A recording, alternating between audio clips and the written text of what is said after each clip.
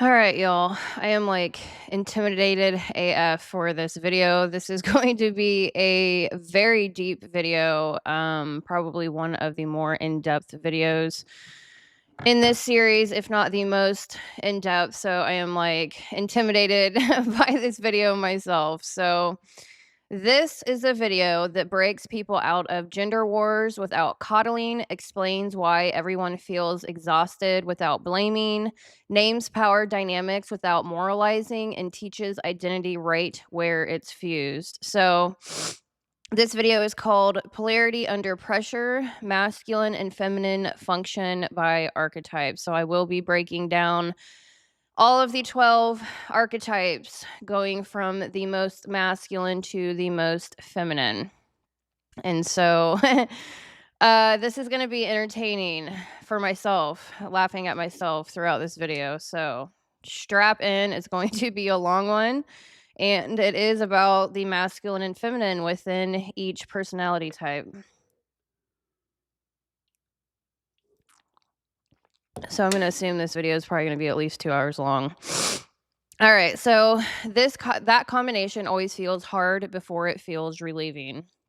Polarity within ourselves. All right, so here is why this video is going to be probably one of the most challenging for myself and for you, and why that's okay.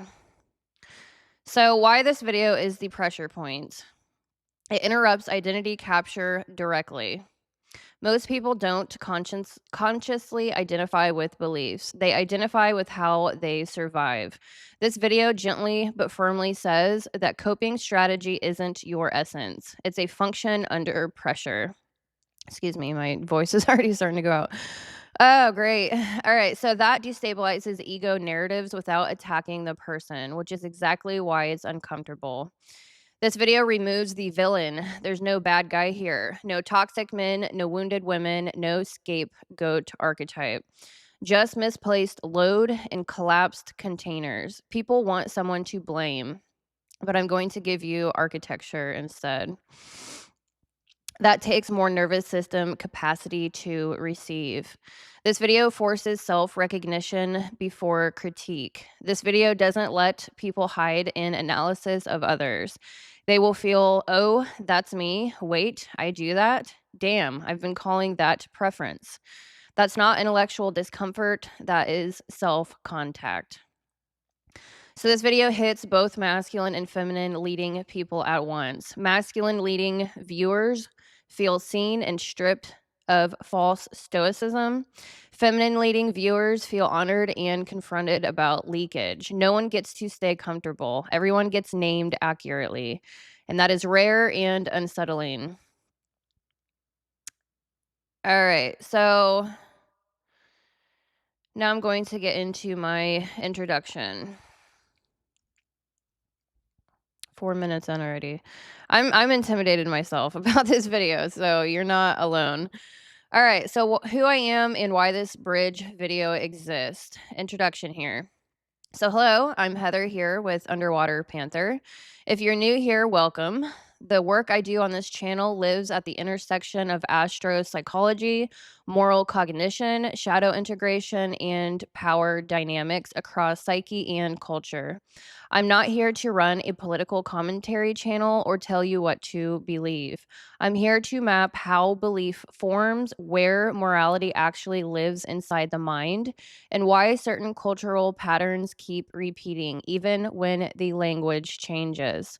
This video is a bridge in the series, so I should have pulled that up. I actually have a series going on, a new series going on. I've got like 15, 20 series going on right now. So this series is, if I can pull it up on my phone. Okay, so this series is called Moral Cognition, Belief, Authority, and Identity. So I had a video go viral, and it was called Why American Politics Acting Like Religion Signals Late Stage Empire. And so this is the 7th video in that series. I'm not going to break them down like it did in the prior video, but that is what's going on here.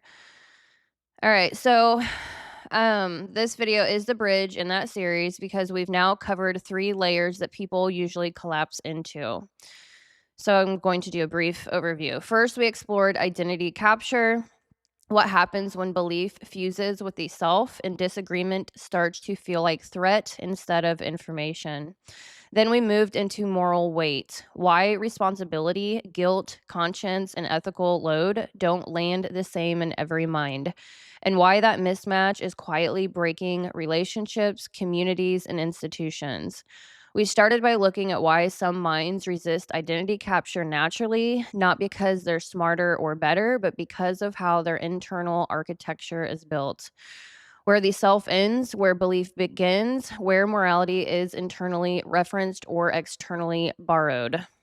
Then we moved into moral weight.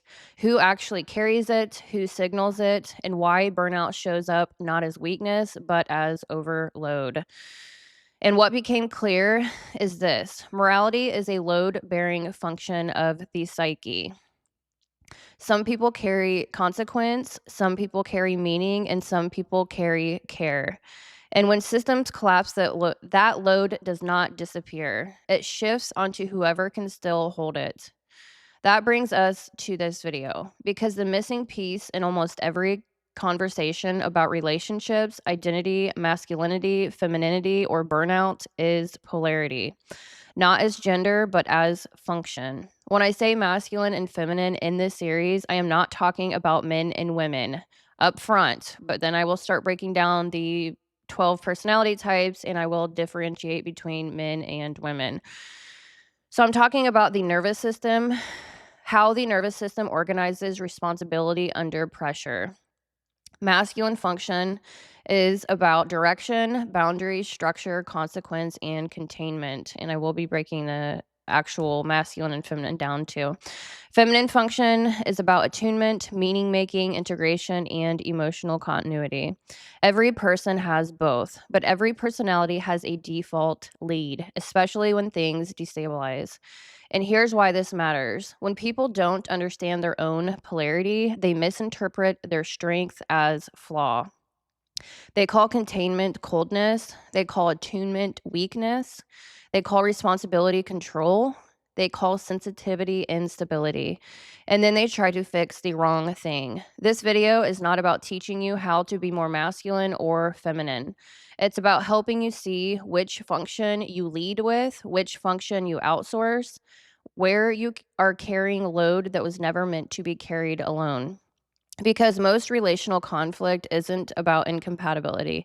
It's about misplaced polarity and unacknowledged moral load. So as we go through each archetype, this isn't a personality test. It's a diagnostic, not to judge, not to rank worth, but to understand who builds, who sustains, who integrates, and what happens when any one of those is forced to do all 3.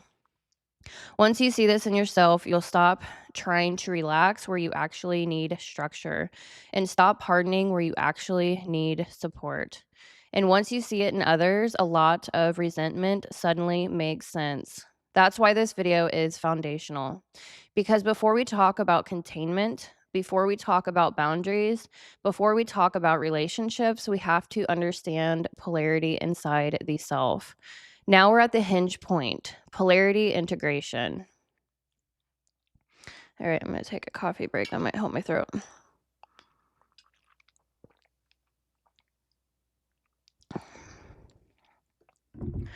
All right, so because the real crisis isn't just wrong beliefs or bad people, the real crisis is split polarity, where one side of the psyche tries to do the whole job alone. We get performative masculinity without heart. We get overfunctioning femininity without boundaries. We get moral signaling without consequence. We get responsibility without authority. And then everybody wonders why culture feels so loud, reactive, brittle, and exhausted. So in this bridge video, I'm going to connect the dots. I'm going to cough real quick.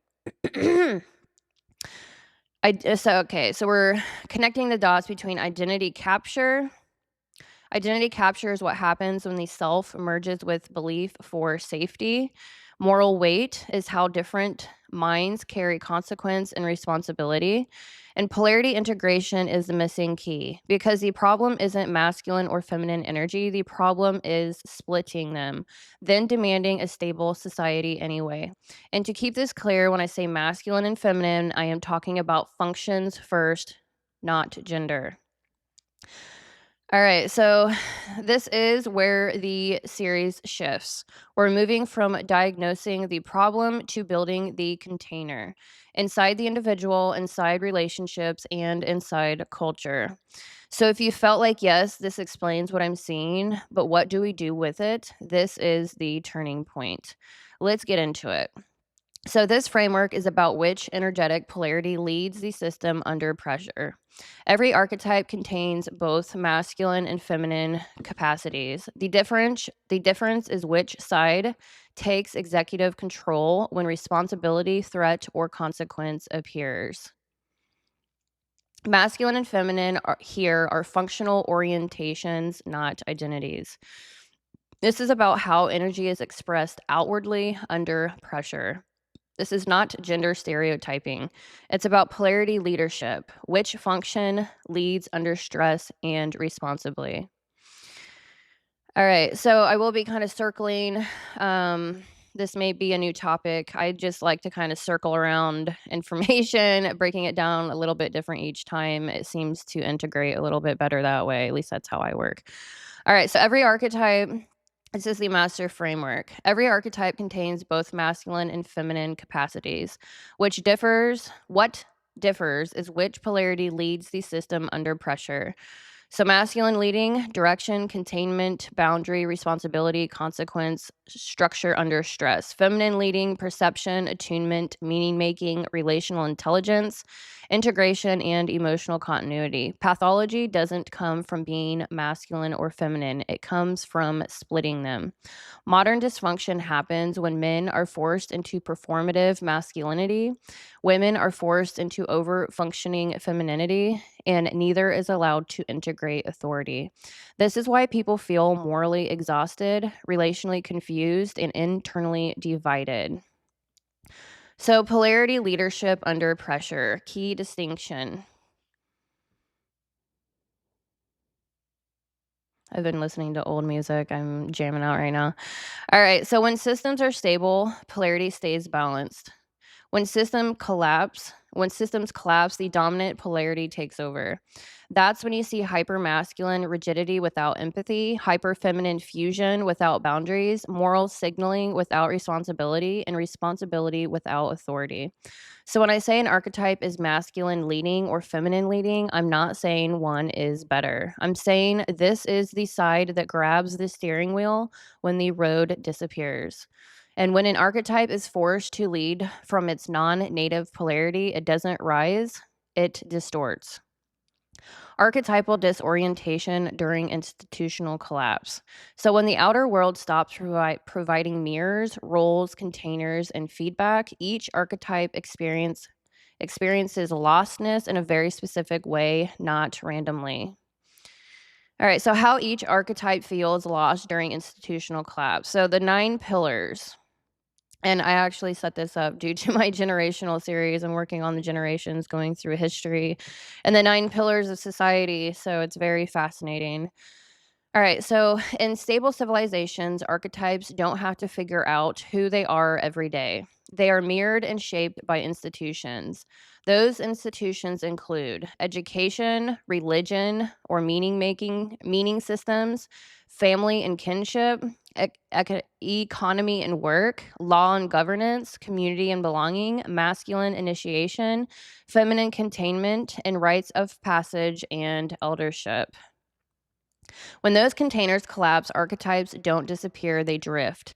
Each archetype feels lost in a way that matches its core function. That isn't pathology, it's role loss. How lostness shows up. When institutions collapse, the initiator loses initiation, the steward loses authority, the healer absorbs too much, the architect withdraws, the diplomat appeases, the mystic dissolves, the messenger fragments, the sovereign performs, and the stabilizer freezes. That's not random. This is archetypal logic operating without a container. So these are not belief systems. They are nervous system stabilizers. So I'm going to break them down a little bit more, and then we will be moving on to feminine and masculine. All right, so we have meaning and religion, moral coherence, existential containment, education or truth, epistemic trust, and reality testing, family and kinship, attachment, regulation, duty, and continuity, economy and work, effort, reward, and dignity, governance and law, consequence, boundary enforcement, community and belonging, identity without fusion, masculine initiation, direction, restraint, responsibility under pressure, feminine containment, emotional regulation, and relational coherence. And the last pillar, we have rites of passage or eldership, transition, wisdom transfer, and moral memory. When these collapse, archetypes don't become toxic, they become disoriented. All right, so archetypal disorientation under container loss. Each archetype experiences collapse differently, not emotionally, but functionally. Some overfunction, carry too much moral weight. Some fragment, split identity to survive. Some outsourcing conscience, ideology replaces judgment. Some retreat, internal coherence preserved, and external influence lost. Some perform morality. Signal replaces structure. No one escapes collapse untouched, but not everyone collapses the same way. All right, so this next section is not about worth, virtue, or superiority. This is about which polarity leads under stress. Every archetype contains both masculine and feminine functions. What differs is which one comes online first when pressure rises. Leadership here means direction under uncertainty, containment under stress, willingness to hold consequence, and capacity to say no without collapse. This is polarity mechanics, not gender politics. So, we're going to talk about the healthy versus distorted polarity. Distorted masculine, I'm gonna have to get a little bit more comfortable. All right, so healthy masculine first, direction without domination, boundaries without cruelty, responsibility without martyrdom, and containment without emotional shutdown. Distorted masculine, control instead of structure, rigidity instead of clarity, power without accountability, and silence instead of restraint. Healthy feminine, we have attunement without enmeshment, meaning making without delusion, emotional continuity without chaos, relational intelligence without self-erasure, distorted feminine, fusion instead of connection, moral hysteria instead of discernment, emotional flooding instead of regulation, and identity through relationship instead of self. Pathology comes from splitting polarity, not from either pole itself. Polarity ranking frame, outward leadership under stress. This is outward facing leadership, not inner value, not intelligence, not spirituality. Think when pressure hits, which function moves first, containment or attunement. Most masculine leading outwardly. They focus on direction before meaning, boundary before bonding, and structure before processing. Most feminine leading, meaning before movement, attunement before action, relational field before boundary.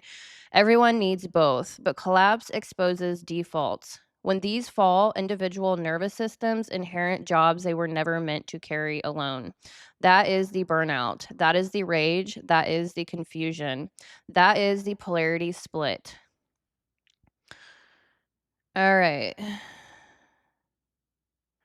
So I might actually upload this onto my website and turn this in. I mean, I've got 73 pages here, so I might actually turn this into an ebook and upload it on my website if you are interested in this, because I have more information here. I'm going to fly past it. I've got charts of the masculine and feminine. I break the masculine and feminine down very deeply here. All right, so I'm going to actually fly by some of this. All right, so why this sets up this entire series. All right, so this framework explains moral burnout, polarity collapse, identity capture, relationship dysfunction. We will get into that next. Why certain people carry more ethical weight, why others feel unburdened, why resentment grows between them. So video 6 was about who resists identity capture. Video 7, who carries moral weight. And this video is,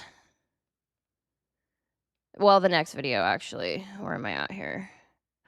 I think I'm going to do that after this one. I need to do one about how moral weight becomes weaponized, outsourced, or avoided. So I'm going to do this polarity video first, and then I'm going to go into how moral weight becomes weaponized, outsourced, or avoided.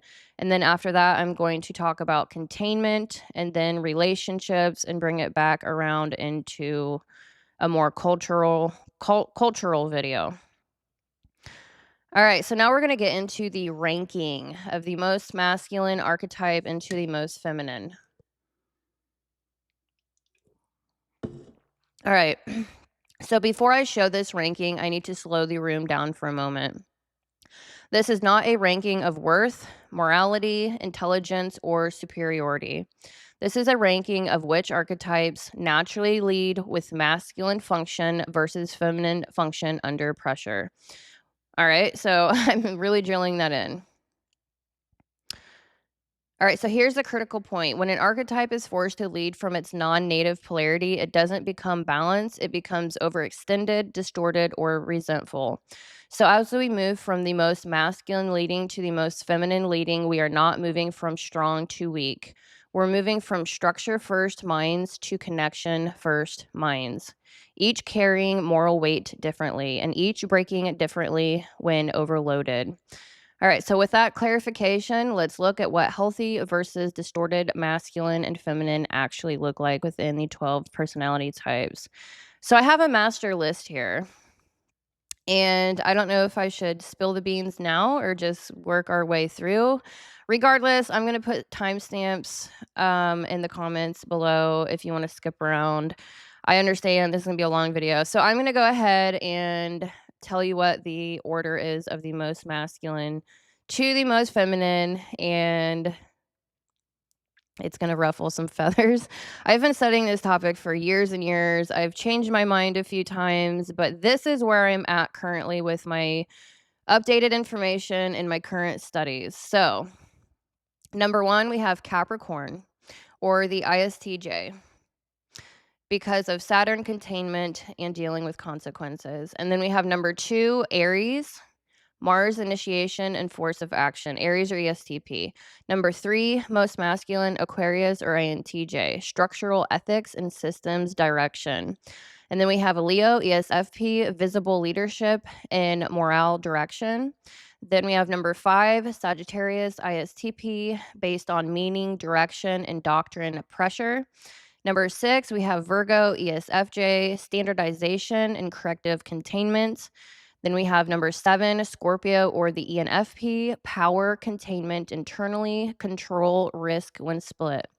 Number 8, we have Gemini or the ENTJ, androgynous bridge, oscillates, can look masculine when detached and feminine when attuned. And then we have number 9, Taurus. What is that? ESTJ, I believe. Taurus, yin, stable but outwardly quiet authority through consistency. Then we have Libra, number 10, the ENTP, relational governance, harmony first outwardly. Number 11, we have Cancer, ENFJ, protective containment, but feminine leading via emotional safety. And then we have Pisces, the INFJ, number 12, per usual, the last one.